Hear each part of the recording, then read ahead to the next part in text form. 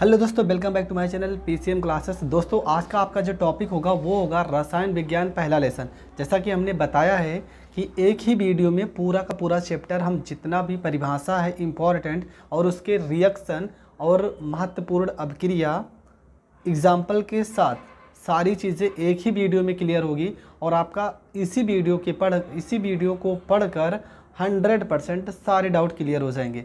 और भी मैंने 2-3 पार्ट डाले हैं जहां पर आपको अभिक्रिया कैसे की जाती है, अभिक्रिया को संतुलित करना, ये सारी चीज़ें हमने सिखाई है। तो आपको पता है कि हमने रासायनिक अभिक्रिया और रासायनिक समीकरण ये तो हमने पहले ही बता दिया था भाग 1 में। अब इसके आगे की वीडियो आप यहाँ से देखते हैं संयोजन अभिक्रिया से। तो आगे समझने के लिए कुछ चीज़ों को समझते हैं। जैसे कि एक चीज़ होता है आपका तत्व होता है, ठीक है। तत्व क्या होता है, जैसे कि हमने आपको बोल दिया हाइड्रोजन, ऑक्सीजन, क्लोरीन, यहाँ पे फ्लोरीन, सोडियम, मैग्नीशियम, यहाँ पर ये एक एक करके सब अलग अलग लिखे हैं। तो जब एक एक करके जो आपके 118 एलिमेंट हैं उन लोग को हम तत्व बोलते हैं। तो जब हम तत्व बोलेंगे तो आपको समझना पड़ेगा तत्व का मतलब ये होता है जब कोई एक परमाणु अलग हो। ये देखो एक एक ये तत्व हैं, लेकिन अगर इन्हीं के साथ चलो ऑक्सीजन के साथ हम हाइड्रोजन को जोड़ देंगे तो ये H2O हो जाएगा। Na के साथ चलो Cl को जोड़ देते हैं, Mg चलो OH जोड़ देते हैं। तो यहाँ पर देख रहे हो एक तत्व ये है और एक तत्व ये ऑक्सीजन है। जब 2 या 2 से अधिक तत्व को मिला दिया जाता है तो वो बन जाते हैं यौगिक। ये भी आपको पता होना चाहिए, तत्व और यौगिक में अंतर पता हो गया। जब एक एक तत्व रहते हैं, एक एक परमाणु रहते हैं तो उनको हम लोग तत्व बोलते हैं। अभी तक वर्तमान में 118 तत्व हमें ज्ञात हैं, जिसमें से आपके 91 जो तत्व हैं उन्हें हम लोग धातु बोलते हैं, ठीक है। अब बचे हुए जितने भी 27 तत्व हैं उनको अधातु बोलते हैं। समझना आपको क्या है कि तत्व किन्हें कहते हैं, जब एक या एक से अधिक परमाणु जब होता है तो उसको हम तत्व बोलते हैं। प्रेजेंट टाइम में 118 तत्व हैं।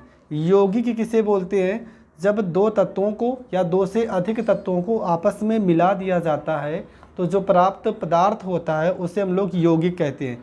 जब 2 लोग आपको मिले हैं, NaCl, sodium chloride, magnesium hydroxide, ये सारी चीज़ें हैं, ये सारी चीज़ें जितनी भी चीज़ें हैं ये आपके यौगिक हैं। तो जब हम तत्व बोलेंगे या यौगिक बोलेंगे तो आपको समझ में आना चाहिए कि तत्व कौन सी चीज़ होती है और यौगिक कौन सी चीज़ होती है। दूसरा आपका कॉन्सेप्ट जो होगा वो आपका होना चाहिए कि अभिक्रिया में 2 चीज़ होती है। मान लो आप किसी चीज़ को अभिक्रिया करा रहे हो, मान लो यहाँ पे H2 हो गया प्लस में O, यहाँ पे 2 हो गया, यहाँ पे 2 से गुणा करना पड़ेगा, ये हो जाएगा आपका 2H2O, ठीक है। यहाँ पे 2 लगा दो, ये आपका अभिक्रिया हो गया। यहाँ पर देख रहे हो कि ये एक तत्व है और ये भी एक तत्व है। 2 तत्व मिलकर एक यौगिक का निर्माण कर रहे हैं। यहाँ पे 2 लोग का जुड़ रहा है, 2 लोग जुड़ रहे हैं। जब 2 लोग का जुड़ना हो रहा है तो इस प्रक्रिया को संयोजन अभिक्रिया कहते हैं। इन्हीं दोनों लोग को अगर इस चीज़ को हम इस तरफ लिख दें और इस चीज़ को इस तरफ लिख दें तो यहाँ पर एक यौगिक से टूट कर 2 तत्व बन रहे हैं। तो इस प्रकार की अभिक्रिया को वियोजन अभिक्रिया कहते हैं। आगे यहाँ पे जो ये दोनों तत्व लिखे हैं इनको हम लोग, जो एरो के इस तरफ रहता है, ठीक है, इसको हम अभिकारक बोलते हैं। यहाँ पे क्या होता है, ये होता है आपका अभिकारक होता है। और जो अभिक्रिया करने के बाद प्राप्त होता है उसे उत्पाद बोलते हैं, उसे उत्पाद बोलते हैं। मान लो ये चीज़ किसी की अभिक्रिया में हो रहा, मान लो चलो यहाँ पे हम इस चीज़ को गर्म कर रहे हैं तब जल वल बन रहा है, ठीक है, समझाने के लिए बता रहे हैं। तो यहाँ पे जो भी इस तीर के ऊपर आपका लिखा होता है ना, ये उत्प्रेरक होता है, उत्प्रेरक होता है, ठीक है, उत्प्रेरक के रूप में कार्य करता है। मतलब इसका ये होता है कि किसी भी अभिक्रिया को यह डिपेंड करता है कि अभिक्रिया को कितने समय में कर देगा, कितनी तेज़ कर देगा, ये चीज़ होता है, इसका मतलब होता है। जब 2 अभिकारक, जो एरो के इस तरफ लिखा है वो उसे अभिकारक बोलते हैं, जो अभिक्रिया के बाद प्राप्त होगा उसे उत्पाद बोलते हैं, और जो ये तीर के ऊपर लिखा होता है इसे हम लोग उत्प्रेरक बोलते हैं। तो इतनी सारी चीज़ें आपको पता होना चाहिए कि तत्व किसे कहते हैं, यौगिक किसे कहते हैं, अभिकारक किसे कहते हैं, उत्प्रेरक किसे कहते हैं, उत्पाद किसे कहते हैं। और कुछ चीज़ें समझ जाओ, अगर इस चीज़ का हमने चिन्ह बनाया है तो इसका मतलब कोई भी अभिक्रिया गर्म हो रही है, हमने मान लो यहाँ पे H2 लिखा है और कुछ इस तरह से अगर एरो बना दिया ऊपर की तरफ, तो इसका मतलब समझ जाना कि यहाँ पे जो भी तत्व होगा वो गैस होगा, ठीक है, गैस होगा। उसके बाद कहीं कहीं पे अपक्रिया में अगर हमने G लिखा है, मान लो यहाँ पे हमने O2 और यहाँ ब्रैकेट में G लिखा है, तो इसका मतलब गैस होता है, ठीक है, इसका मतलब गैस होता है। यहाँ पर AQ लिखा होता है, AQ का मतलब विलयन हो जाता है, इसका मतलब विलयन हो जाएगा।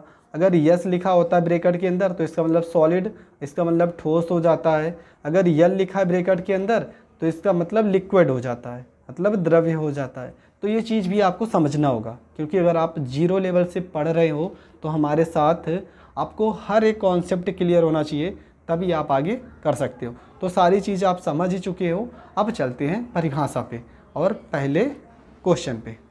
तो ये आपका पहला क्वेश्चन है, संयोजन अभिक्रिया, ठीक है। इसके पहले की 2 अपक्रिया, रासायनिक अपक्रिया और रासायनिक समीकरण का लिंक डिस्क्रिप्शन में है भी, और हमने पहले भी बताया, आप प्ले लिस्ट में जाकर देख सकते हैं। तो यहाँ पे समझते हैं, आपकी पहली अपक्रिया संयोजन अपक्रिया या कॉम्बिनेशन रिएक्शन। तो परिभाषा क्या हो जाएगा, परिभाषा याद करने का ज़रूरत नहीं है, हम यहाँ से याद करेंगे इसकी परिभाषा। यहाँ पे देख रहे हैं कि ये आपका NH3 मतलब इसमें नाइट्रोजन भी है और हाइड्रोजन भी है, 2 लोग मिलकर अमोनिया का निर्माण कर रहे हैं। NH3 क्या होता है, अमोनिया होता है। हम हर एक अणु सूत्र का नाम भी बताएंगे।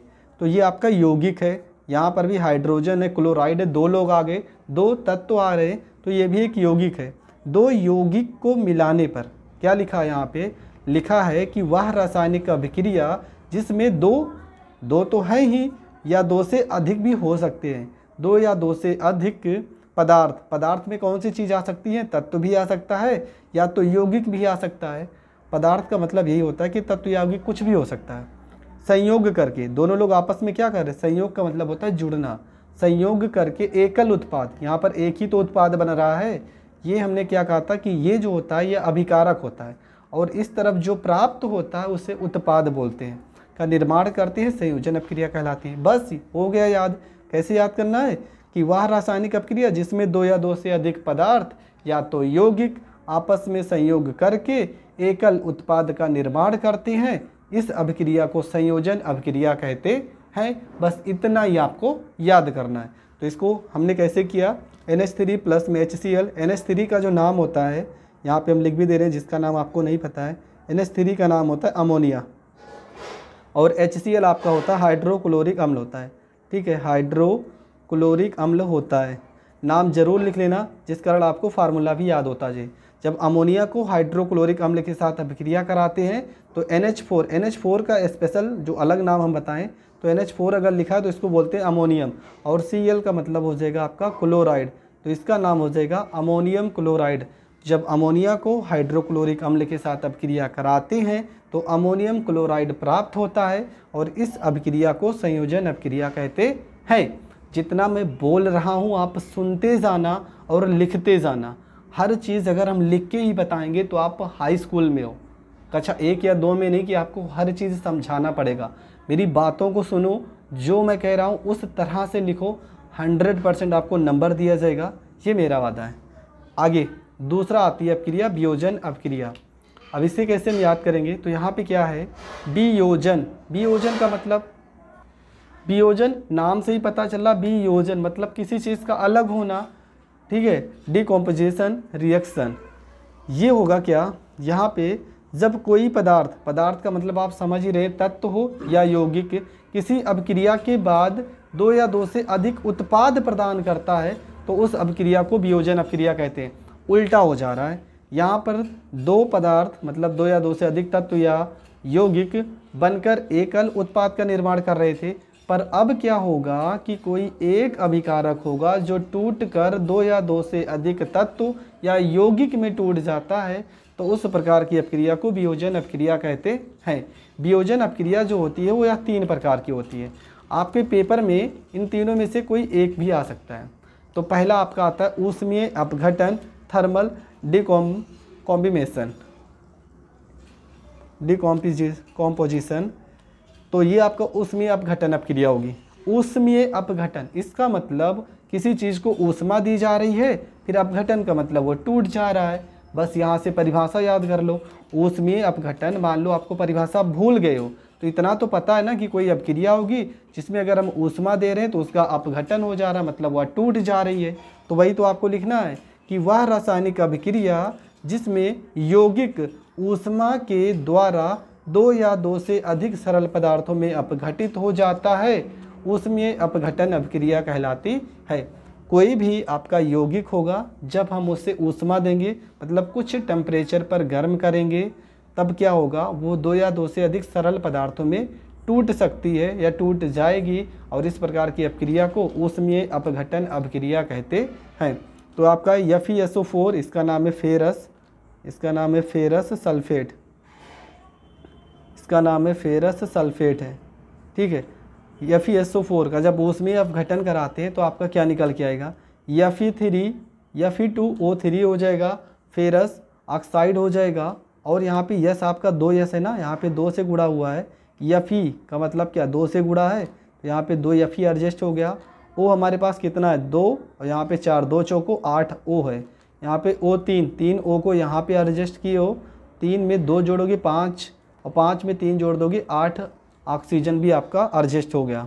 यस 2 बच्चा है, एक यस ये सल्फ़र डाइऑक्साइड और ये सल्फ़र ट्राइऑक्साइड, इसका नाम हो जाएगा सल्फ़र ट्राइऑक्साइड, ट्राइऑक्साइड हो जाएगा इसका नाम। और इसका नाम तो आपको पता ही है, सल्फ़र डाइऑक्साइड होता है, सल्फ़र डाइऑक्साइड हो जाएगा, और इसका नाम हो जाएगा फेरस ऑक्साइड हो जाएगा। तो सारे की सारी चीज़ों का हमने नाम भी लिख दिया है। तो आपको अगर किसी भी अणुसूत्र का नाम नहीं पता होगा तो आप कमेंट करके बता देना, हम उसका नाम बता देंगे, ठीक है। तो सारी चीज़ों का नाम हम लिख दे रहे हैं जिसका आपको याद हो जाए। इसका भी नाम लिख दे रहे हैं, तो इसका नाम हो जाएगा आपका फेरिक ऑक्साइड। तो ये आपकी ऊष्मीय अपघटन अभिक्रिया हो जाएगी। अगली जो क्रिया है उसका नाम है आपका प्रकाश अपघटन अभिक्रिया। सिंपल सा रिएक्शन है, फोटोलाइसिस। प्रकाश अपघटन मतलब वह अभिक्रिया होगी जिसमें प्रकाश द्वारा उनका अपघटन हो जा रहा है, उसे प्रकाश अपघटन अभिक्रिया कहते हैं।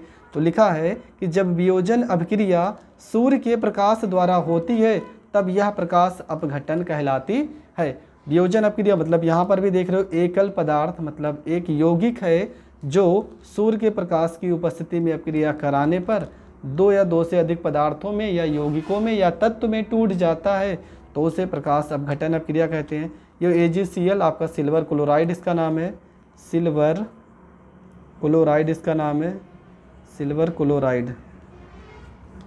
2Ag तो यहाँ पे 2Ag है तो 2Ag को अलग कर देंगे, Cl है तो यहाँ पे Cl2 हो जाएगा। ये हो जाएगा आपका सिल्वर क्लोराइड, Ag का नाम हो जाएगा आपका सिल्वर हो जाएगा, और Cl2 आपका क्लोरीन हो जाएगा। तो ये हो जाएगा इसका अभिक्रिया प्रकाश अपघटन का अभिक्रिया। अब अगली अभिक्रिया को देखते हैं, विद्युत अपघटन अभिक्रिया कैसे होती। तो हमारी अगली अभिक्रिया है प्रकाश विद्युत अपघटन अभिक्रिया, इलेक्ट्रोलाइसिस। तो इसमें क्या होगा कि वह अभिक्रिया जिसमें यौगिक के जलीय विलयन में विद्युत प्रवाहित करने पर यह दो या दो से अधिक सरल पदार्थों में अपघटित हो जाता है, तो इस प्रकार की अभिक्रिया को विद्युत अपघटन अभिक्रिया कहते हैं। तो सिंपल सा डिफिनेशन है, यहाँ पर आप देख रहे हो कि एक यौगिक है, जब इसमें विद्युत का हम प्रवाह करते हैं तब क्या होगा, देख रहे हो कि यह दो भागों में टूट गया।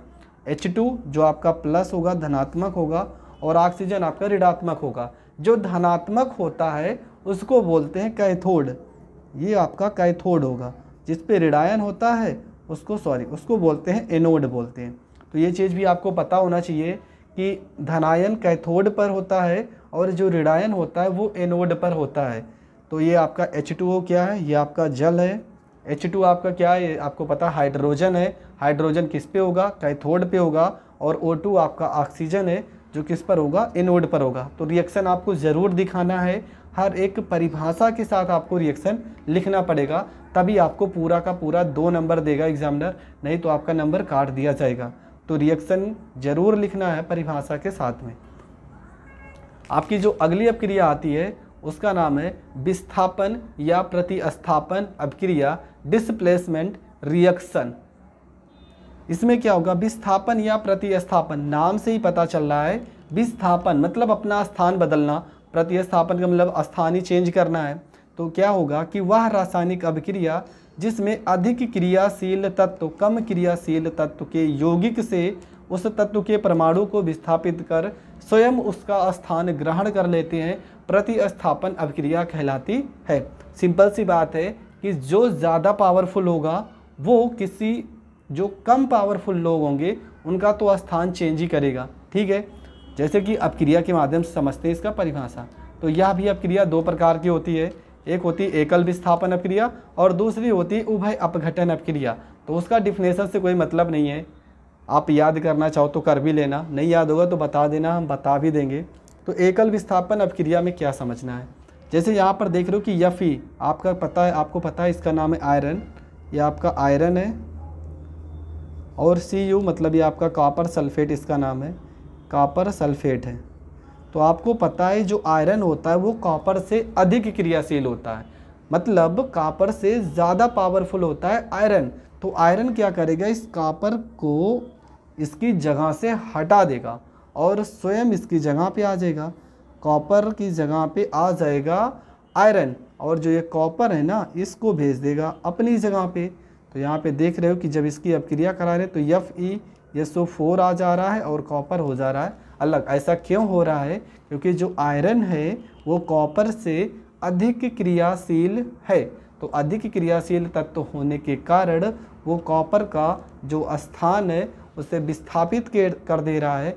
तो यही तो आपकी परिभाषा है कि वह रासायनिक अपक्रिया जिसमें अधिक क्रियाशील तत्व कम क्रियाशील वाले तत्व के यौगिक से उस तत्व के परमाणु को विस्थापित कर स्वयं उसका स्थान ग्रहण कर लेते हैं। तो इस प्रकार की अपक्रिया को प्रतिस्थापन अपक्रिया कहते हैं।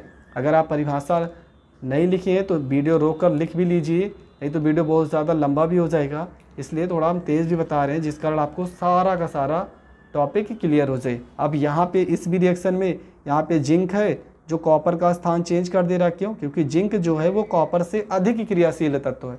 तो कॉपर की जगह पे कौन आ गया, जिंक आ गया, और इसका SO4 हो गया और कॉपर चला जाएगा अलग। इसका नाम है जिंक सल्फेट, इसका नाम है फेरस आयरन सल्फेट है, आयरन सल्फेट इसका नाम है, आयरन सल्फेट है, और इसका नाम है जिंक सल्फेट, और PbCl2 इसका नाम है लेड क्लोराइड।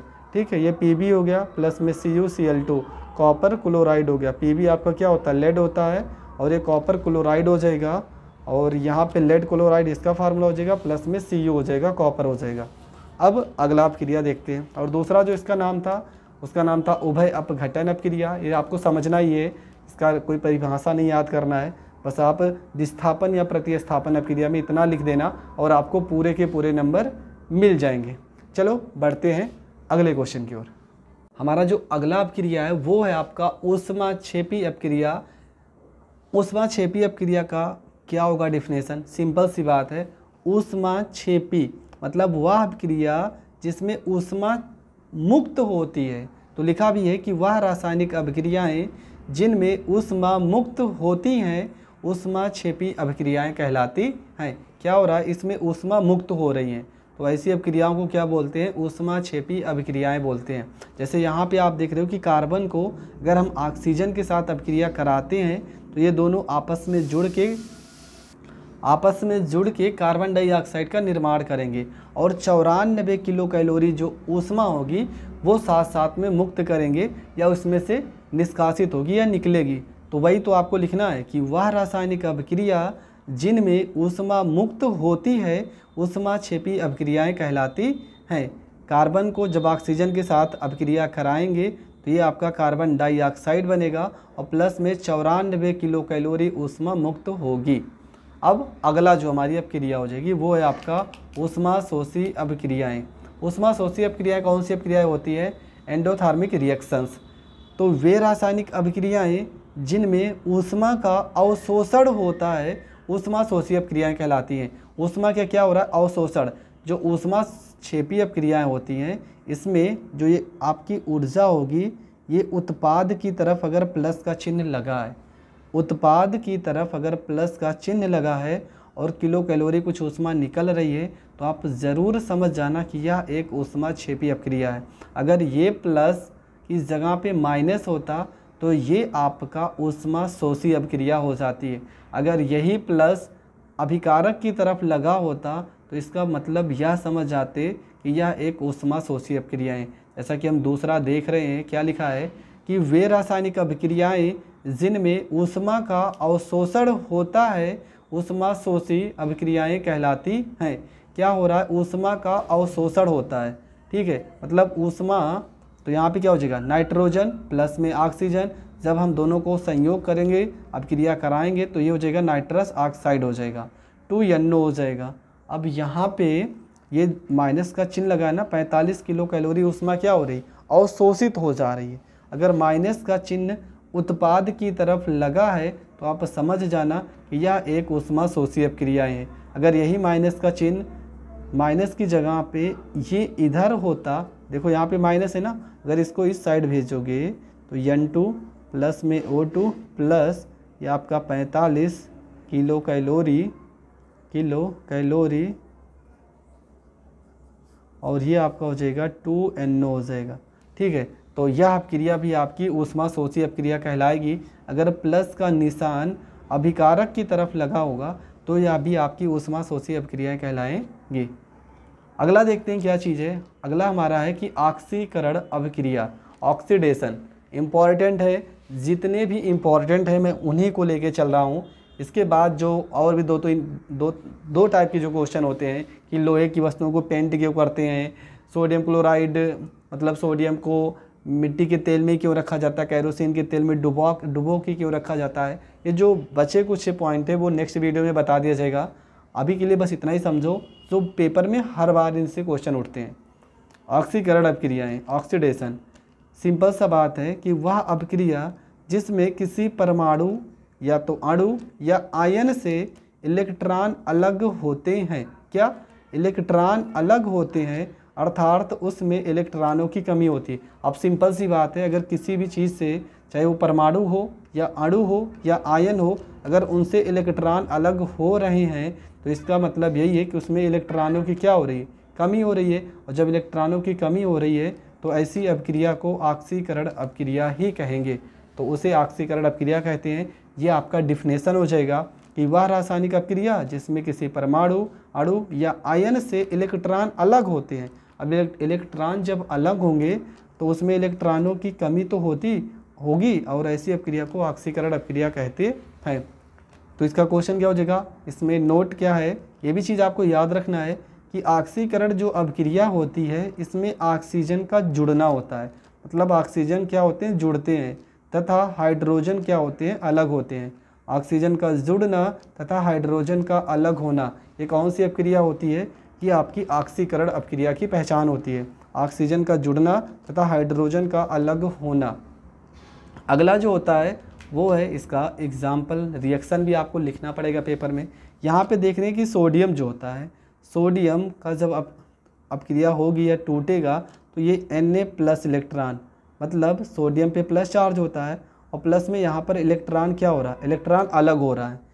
यही तो आप लिखिए हो कि अणु या आयन से इलेक्ट्रॉन अलग होते हैं, तो इलेक्ट्रॉन अलग ही तो हो रहा है।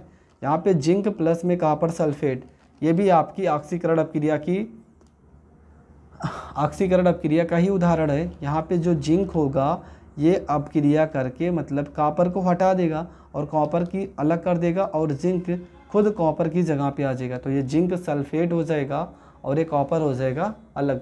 तो यह भी एक ऑक्सीकरण अपक्रिया का ही उदाहरण है। अब देखते हैं अपचयन अभिक्रिया। अपचयन अपक्रिया या रिएक्शन, इसका डिफिनेशन क्या हो जाएगा, उसी का सेम उल्टा होगा कि वह अभिक्रिया जिसमें कोई परमाणु, अणु, आयन इलेक्ट्रॉन को ग्रहण करते हैं। उसमें क्या था, इलेक्ट्रॉन की कमी होती है और इसमें क्या होगा, इलेक्ट्रॉन को ग्रहण करते हैं, अर्थात उसमें इलेक्ट्रॉनों की क्या होगी, जब ग्रहण कर रहा है किसी के पास कोई चीज़ आ रही है तो वृद्धि तो होगा, इलेक्ट्रॉनों की वृद्धि होती है, अपचयन अभिक्रिया कहलाती है। इसमें क्या होता है, इसमें हाइड्रोजन का जुड़ना तथा ऑक्सीजन का अलग होना होता है। हाइड्रोजन का उसमें क्या था, अलग होना, और ऑक्सीजन का जुड़ना था, पर यहाँ पे हाइड्रोजन का जुड़ना तथा ऑक्सीजन का अलग होना होता है। सेम उसी का उल्टा ही होता है। वहाँ पे क्या लिखे थे कि Na टूट रहा था किस में, Na प्लस और इलेक्ट्रॉन में। यहाँ पे उसी का उल्टा ही करना है, तो ये आपका उत्पाद हो जाएगा और ये हो जाएगा आपका अभिकारक सॉरी। यहाँ पे Zn जिंक ऑक्साइड को कार्बन की उपस्थिति में आप क्रिया करा रहे हैं, तो ये जिंक अलग हो जा रहा है और कार्बन के साथ क्या जुड़ रहा है, O, तो ये CO हो जाएगा, कार्बन मोनोऑक्साइड इसका नाम है। इसका नाम हो जाएगा कार्बन मोनोऑक्साइड। जिसका नाम नहीं पता होगा हम नाम भी बता देंगे, जो बहुत सरल होता है उसका नाम नहीं बताते हैं, वो लोग को आपको पता है, इतना भी आप लोग कमज़ोर नहीं है। और इस जो चीज़ हमें लगेगा थोड़ा अलग है, जो पहली बार देख रहे होंगे, उस चीज़ को मैं ज़रूर बता देता हूँ। ये जिंक ऑक्साइड है, इसका नाम अगर लिखना चाहो जिंक ऑक्साइड है ये, ठीक है। और ये आपको लिखना है नोट में, हाइड्रोजन का जुड़ना तथा ऑक्सीजन का अलग होना ही क्या, अपचयन अभिक्रिया की पहचान है। इसके बाद आपका लास्ट टॉपिक जाता है रेडॉक्स अभिक्रिया। इसका नाम है ऑक्सीकरण अपचयन अभिक्रिया भी इसे बोलते हैं। तो ये बहुत ही ज़्यादा आपके लिए इम्पॉर्टेंट हो जाता है। क्यों? क्योंकि हर बार पेपर में रिपीटेड क्वेश्चन है, पहले लेसन का सबसे ज़्यादा इम्पॉर्टेंट क्वेश्चन है। अगर पहले लेसन की बात की जाए तो सबसे ज़्यादा इम्पॉर्टेंट क्वेश्चन हम इसे रखेंगे, क्योंकि यह हर साल पेपर में आता ही रहता है, किसी न किसी सेट में ज़रूर ये पेपर में क्वेश्चन में होगा। तो बहुत ही सिंपल अपक्रिया है। रेडॉक्स अपक्रिया कौन सी अपक्रिया होती है? जिसमें ऑक्सीकरण तथा अपचयन दोनों अपक्रिया हो। तो वही तो डिफिनेशन हो जाएगी कि वह अपक्रिया जिसमें ऑक्सीकरण तथा अपचयन अपक्रिया एक साथ होती है उसे रेडॉक्स अपक्रिया कहलाती है। वही तो लिखा है कि वह अपक्रिया जिसमें ऑक्सीकरण तथा अपचयन अपक्रिया दोनों साथ होती हैं या साथ हैं, रेडॉक्स अपक्रिया कहलाती है। अर्थात वह रासायनिक अपक्रिया जिसमें एक पदार्थ से इलेक्ट्रॉन का ह्रास हो, मतलब एक पदार्थ से क्या हो रहा है, इलेक्ट्रॉन का ह्रास हो रहा है, तथा दूसरे पदार्थ से इलेक्ट्रॉन का ग्रहण हो, तो इस प्रक्रिया को, इस अपक्रिया को भी रेडॉक्स अपक्रिया कहते हैं। ये भी आपको पता होना चाहिए कि कौन सी रासायनिक अपक्रिया जिसमें एक पदार्थ से इलेक्ट्रॉन का क्या हो रहा है, ह्रास हो रहा है, तथा दूसरे पदार्थ से इलेक्ट्रॉन ग्रहण हो रहा है, तो इस प्रकार की अपक्रिया को भी रेडॉक्स अपक्रिया कहते हैं। तो ये दोनों में से आप जो भी डिफिनेशन आपको सही लगे आप याद कर लेना। दोनों डिफिनेशन में कोई अंतर नहीं है, आप चाहे जो लिखोगे आपको पूरे नंबर दिए जाएंगे। हाँ, ये चीज़ आपको रिएक्शन में लिख देना है। यहाँ पे देख रहे हैं कि कॉपर पे +2 चार्ज है और प्लस में यहाँ पे जिंक, फिर क्या होगा, ये जो कॉपर है यहाँ पे सेम उल्टा हो जाएगा, जो +2 चार्ज कॉपर है वो जिंक पे चला जाएगा, और जो जिंक है यहाँ पे कुछ भी चार्ज नहीं था, इस पर +2 आ गया, और कॉपर वाला सेम कुछ नहीं होगा इस पे चार्ज। तो ये आपकी जो अपक्रिया होगी, ये आपकी रेडॉक्स अपक्रिया का एग्जाम्पल भी है। इसका आप लिख भी देना कि इस अपक्रिया में जो ये कॉपर पे +2 चार्ज का कॉपर में अपचयन हो जा रहा है, ठीक है, जो Cu+2 था इससे कॉपर में अपचयन हो रहा है, तथा जिंक में Zn+2 में क्या हो रहा है, ऑक्सीकरण हो रहा है। अपचयन और ऑक्सीकरण तो आपको पता ही है, जब इलेक्ट्रॉनों की वृद्धि होती है, ठीक है। यहाँ पे अपचयन हो रहा है, किसके, कॉपर में अपचयन हो रहा है और Zn+ में ऑक्सीकरण हो रहा है। तो यहाँ पे कॉपर में क्या हो रहा है, इलेक्ट्रॉनों की वृद्धि हो रही है, जबकि जिंक में इलेक्ट्रॉनों की कमी हो रही है। तो यहाँ तक मैंने बहुत ही अच्छे से आपको हर एक चीज़ क्लियर कर दी है। थोड़ा फास्ट इसलिए बताया जिस कारण आपका वीडियो कम समय में आप पूरे के पूरे लेसन को कवर कर सको। 1 2 3 पॉइंट जो बची है वो मैंने डाला है, डिस्क्रिप्शन में लिंक भी होगा, और आपको प्लेलिस्ट में भी सारी वीडियो पहले लेसन से रिलेटेड मिल जाएंगी। तो आज के लिए बस इतना ही। अगर आप हमारे यूट्यूब चैनल पे नए हैं तो चैनल को सब्सक्राइब करना ना भूलें, और साथ में बेल आइकन प्रेस कर लें, जिस कारण आपको हर एक वीडियो का नोटिफिकेशन सबसे पहले मिल सके।